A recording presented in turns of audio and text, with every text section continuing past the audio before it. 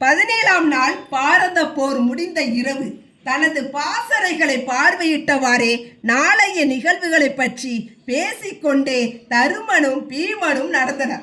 அப்போது சற்று தொலைவில் தெரிந்த கிருஷ்ணரின் கூடாரத்தில் விளக்கெறிவது கண்டு வியப்புற்றனர். எப்போதும் எல்லோருக்கும் முன்பு அடுத்த கட்ட போர் நிகழ்வுகளை பற்றி ஆலோசிப்பவர் கிருஷ்ணர். ஆனால் இன்று இதுவரை அதை பற்றி எதுவுமே பேசவில்லை என்பதும் தருமனுக்கு ஒருபுறம் கலக்கமாகவே இருந்தது. உள்ளே வரலாமா? உத்தரவு கேட்ட பின் உள்ளே நுழைந்தனர் இருவரும். வாருங்கள் என்ற கிருஷ்ணரின் குரலில் என்றும் இருக்கும் உற்சாகம் சற்று குறைந்திருப்பது தருமனுக்கு தெரிந்தது. நாளைய போர் நிகழ்வு பற்றி கேட்டு செல்லலாம் என வந்தோம் கிருஷ்ணா என்றான் தருமன். நாளை 18ஆம் நாள் போர், இதுவே இறுதி நாளாக இருக்கும் என நினைக்கிறேன் என்று இழுத்தார் கிருஷ்ணர். இறுதி நாள்தான், ஐயமே இல்லை.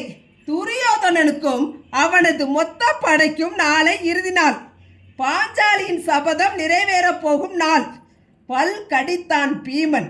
நாளை நம் படைக்கு யார் தலைமை தாங்க போகிறீர்கள் என்று கேட்ட கிருஷ்ணரை வியப்புடன் பார்த்தான் தருமன். யாரா? அதை நீ அல்லவா முடிவு செய்து சொல்ல வேண்டும் என்றான் தருமன். அர்ஜுனனின் பங்கு இப்போரில் கர்ணனை கொன்றதோடு முடிந்துவிட்டது. நகுலனும் சகாதேவனும் நாளைய போருக்கு சரிவர மாட்டார்கள். அண்ணன் தருமர் செல்லும் அளவிற்கு அத்தனை அவசியமும் இல்லை. எனவே துரியோதனனை அழிக்க நானே தலைமை ஏற்கலாம் என நினைக்கிறேன் கிருஷ்ணா என்றான் பீமன்.